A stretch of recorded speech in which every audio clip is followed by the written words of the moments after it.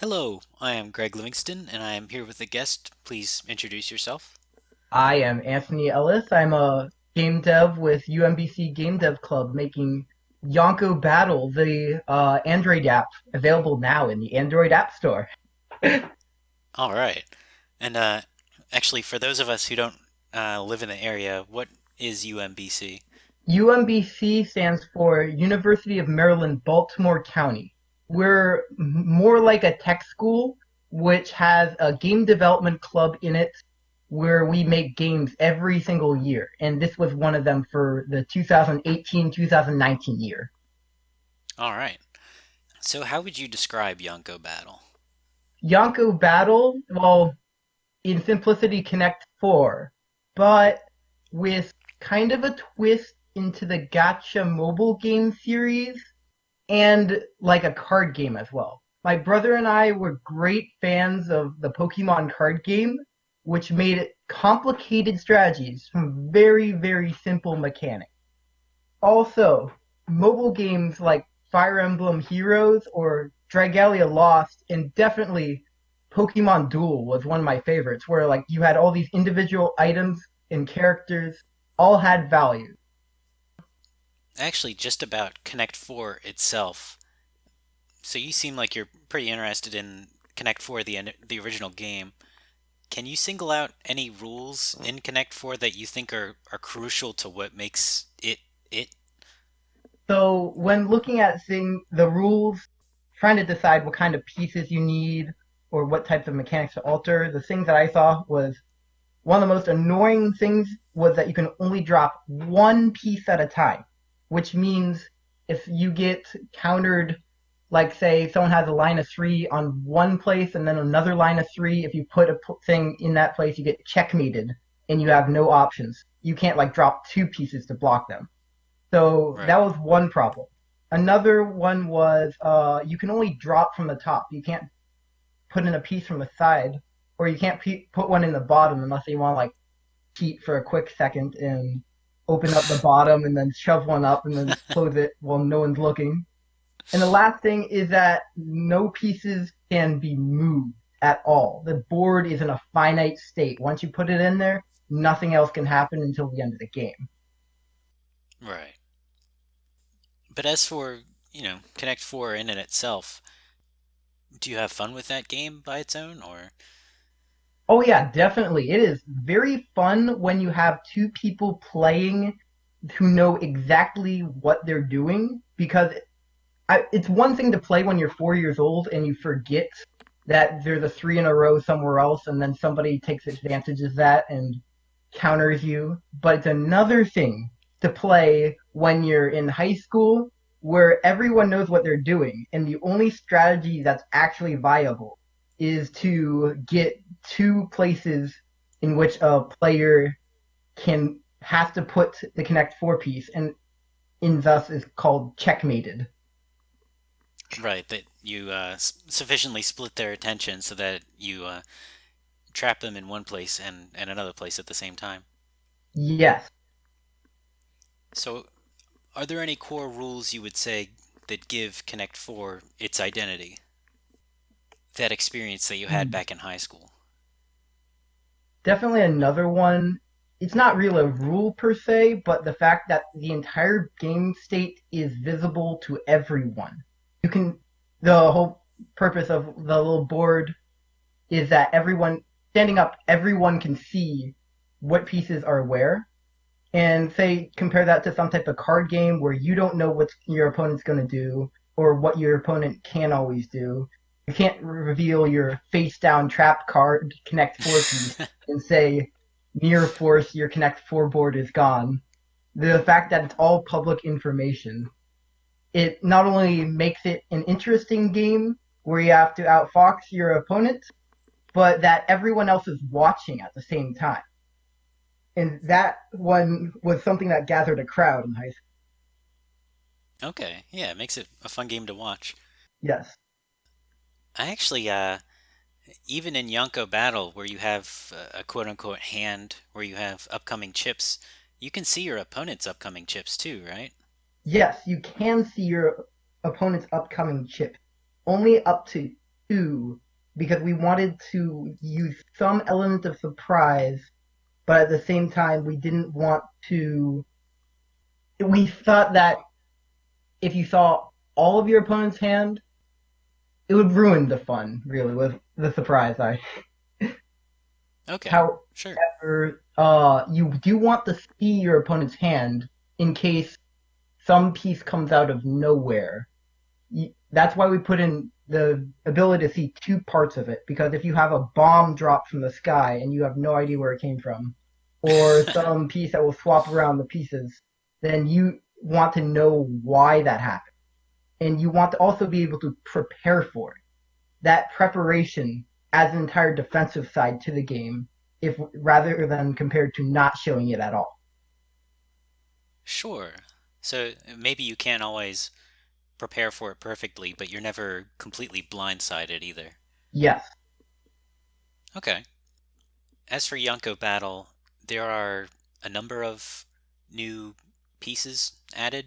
Uh, I want to say in total there is like around 9 to 10.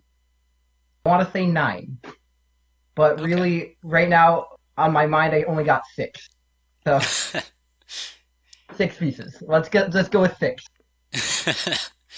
So, can you take your favorite two and explain how they work to us?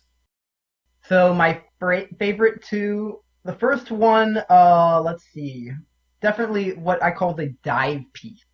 So when you play Connect Four normally, you can only drop it from the top, but this piece, akin to what I was saying earlier, you can basically put in a piece from the bottom of the board by dropping this piece from the top that dives underneath all the pieces to the bottom. However, it's not totally broken in the idea of it will become a neutral piece, which means you can't chain off of it. You can't use it to advance your own goal from that piece. However, you can bump other pieces up that might cause another chain to happen. It's a very calculating strategy, which gives you much reward when you pull it off correctly. The other piece, this is just a favorite because of its origin of where it came from. I was told by one of the developers on the team I have to add this or he's not working on it anymore. It's called the Chip of Greed, which allows you to draw 4 new chips. It is not familiar from any card game playing anime anywhere in which they use pots of greed. It it has heavy inspiration off of Yu-Gi-Oh! What it's important for is sometimes you have a dead hand of boring chips and it will refresh it to a new hand. However, it runs the risk of running out of your pool of chips. And in Yonko Battle, unlike normal Connect 4, you can run out of chips in the game. And if you do, you lose. That's one new loss condition that you have. My wife and I actually ran into that last night. We were trying to fill up the board all the way, see if we could get a piece in every single slot. And just as we filled it up, I think I ran out of pieces and lost. You can fill it up all the way. However, when you fill up the top of the column, what will happen is instead of blocking the piece in the top of the column out and not being able to put a new piece in the top of the column, you can instead replace its piece in the top of the column. That's the one thing that happens when you do fill up the board. Okay. I actually really like the diving piece because it's an interesting deviation on the gameplay that can't be done with the physical plastic. And like you said, it feeds into that sense of thinking 2 steps ahead, trying to think of like how a dive piece might indirectly affect the board rather than trying to put a piece directly in place.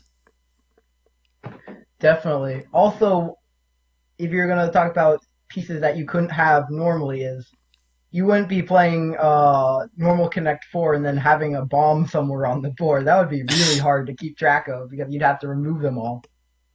Yeah, I don't want to. I don't want to think about how hard that would be. Oh yeah, it's definitely something you could only pull off in a mobile game. So the new chips, so far as I reckon, still follow two basic rules. They take up one slot, like they take up one chip slot, and they fall from the top. Is that right? Hmm? Yes, you can drop them. They can only be dropped from the top. You can't put them from the side. And even though I was mentioning the dive piece coming from the bottom, it still technically in the game drops from the top. This was all done to keep it seeming still like Connect 4, as in it has all the similar rules in gameplay. You don't more of accessibility. So it seems like you're still playing with physical chips, even though it's a mobile game. So that idea of if you had a really big chip with an actual Connect 4 set, you couldn't jam it in there. It has to be the one size. And you would never like throw a chip in sideways. You rely on gravity for that game to work. Oh yeah, So you're kind of, even though you're in this digital realm where you can make any kind of piece you want, those are still the core. those are definitely still the core ideas behind the game. Is like take say compare it to any type of match 3 mobile game out there. Think you can have basically there's some bejeweled clones where they come in from all sides, and this is definitely more like Tetris centric, where it's all gravity based. Yeah. At one point in the game, we were actually thinking of making there be a limit on the time in order to drop the piece. So it's more like a game of, how would I say this? You have to stop them from falling too fast. But we scrapped that idea. That'd be an interesting mode. I don't know how to even think how that would work. There's also some special moves. You have a character selection in the game, and you can hire new players to put on your roster and then play as new characters. And each character has their own special move. Can you explain your favorite two special moves? Favorite two special moves? Okay. Now, definitely my favorite one is the one that I think you've told me that you're playing with is from the character named Arilla, which will rotate the entire board 90 degrees. So what happens is I start looking at my phone, only playing the entire match sideways. I have it physically in my hand sideways while playing the game, so I know what it's going to look like. I definitely changed my entire play strategy based on that. Only instead of looking for ways to connect for normally, I only look for something that will in the end, when you line up the board at a 90-degree angle, it will fall exactly into place. So a lot of the moves will start looking random, but will all come together at the end. That's the beauty of that one character special. There's another character I love as, moreover, because the voice acting was definitely fan favorite T Poser. His special will just drop an entire T shaped array of bombs all over the board.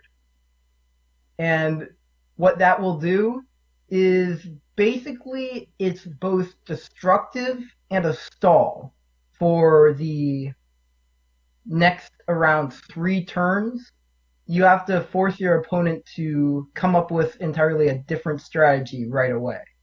And that is definitely a game changer. In general, it seems like they don't strictly favor one player or the other, though. Like you mentioned that you're good at coming up with strategies for the 90-degree rotation one, but you could just as easily screw it up and then set your opponent up for the win. That does happen. Yes. The it has happened quite a bit to me, and I've heard it's happened to you as well. Usually, I'd say. if you can predict where it's going to land, can be in your favor. However, I'd take that on my part as in not adding a feature to say, like giving you a prediction of what the board should look like right as you do the special. That would definitely help change it to be more in your favor. Things like T-Poser, though, are definitely to clear the board of any advantage. It can very rarely be used to help any other player. We figured that any special that might give the opponent the ability to win extremely fast, guaranteed, we believe it would be too broken that they'd use it all the time and only use it. So we want to give it not an obvious. Every special wouldn't be an obvious lead, basically. So that you didn't want it to be uh, here's the game where you farm for meter until you suddenly get the win button. You wanted the specials to preserve the four in a rowness of the game and play into it rather than detract from it. Yes, I believe what the specials have a great job as doing is leveling the playing field moreover than compared to making an extremely difficult playing field to go in.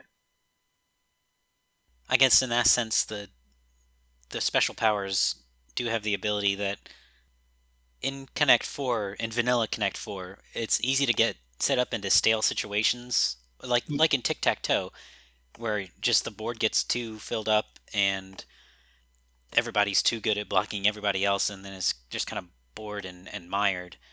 Mm-hmm. And the special moves have that ability to drastically change the state of the board so that you can interrupt it and turn the tide one way or the other. Exactly. Okay. It's also interesting that earlier you explained Connect 4 as being about trying to trick your opponent so that you had a 4 ready to go in either way, like A a lined up checkmate. 4. I Yeah, called it a checkmate condition because there's no way that the opponent can win no matter what they do. right. But then with the rotating power, you've kind of added a new checkmate condition where you might have a 4 in a row set up and the other person doesn't even see it because they're not thinking, oh, it could rotate 90 degrees. Exactly. Okay. I also noticed that connecting 3 chips, and there's a couple of other moves that will add a big chunk to your meter. Yes. In vanilla Connect 4, 3 chips is already an important structure since you're one step away from winning. And so I was wondering, were you trying to change when people decided to make a 3 chip connection, make them like encourage them to do it more often, or were you trying to more reward them with meter for stuff they would already do? So this feature of connecting three to fill that meter, it was first the first thing that we decided to add to the game when we were testing out Connect 4 and thinking what should we be adding. Anyone can set up a three chip combo. Your opponent will always almost let you set up a three chip combo in a vanilla Connect 4 game. However, they'll almost never let you set up a four chip combo unless they're not looking at the board. It's heartbreaking to see that three chip combo go to waste. Here at Yonko Battle Industries, we believe your hard work into making that three chip combo should be rewarded. So we kind of wanted to just think of a way to reward the player from going that far. However, moreover, it functions as a distraction from the extreme meta play of what I keep referencing as checkmating the opponent. Instead of going just for that cornering tactic, one might try to set up a single or even a double three in a row to get to that special as fast as possible. It's giving you more options in draft, going away from just the main focus of vanilla Connect 4 to liven up the gameplay. So I guess in that sense, it has a dual purpose where, in one sense, it makes the turn to turn less stale because you don't need to go four pieces in a row for something interesting to happen. Something interesting happens as soon as you get three in a row. But Definitely. there's also that you have people looking to make structures not to connect four directly, but rather to feed the meter, which then in turn feeds into their ability to make a four. Yes. Okay. In general, do you think of the new elements as a counter to the vanilla Connect 4, like you're fixing it, or do you think it's more complementary, like you're making an expansion? So this is gonna be the cheesiest answer, but I gotta say it's both.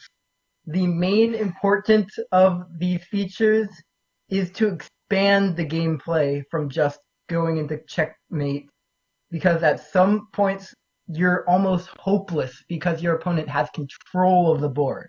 It's going to help break it up. That control is somewhat more of a fair game and not always just leaning towards one player. At the same time, adding more options is also expanding the game. So it's things like adding the dive piece to move the column upwards to change a certain loss where your opponent is about to win to possibly you winning from moving that entire column up. Things like that. It keeps the gameplay fresh for even our own team, who we have to in our team we have to keep playing this game over and over again, and it's always fun to play no matter how many times. So it works both ways, an expansion and a counter. Okay.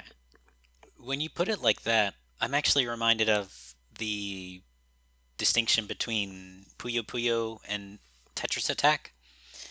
Mm-hmm. They're both color matching games, but in Puyo Puyo, when you put down a block or when you put down a bean or whatever, it sits there and you can't touch it anymore unless you clear out a combo and help it to fall. Whereas in Tetris Attack, you're constantly interacting with that bottom section and nothing's really static down there. You can actually move stuff around as much as you want. And it feels like Yonko Battle in these new features tends more towards the dynamic end where you're able to fiddle with pieces that are already sitting in place.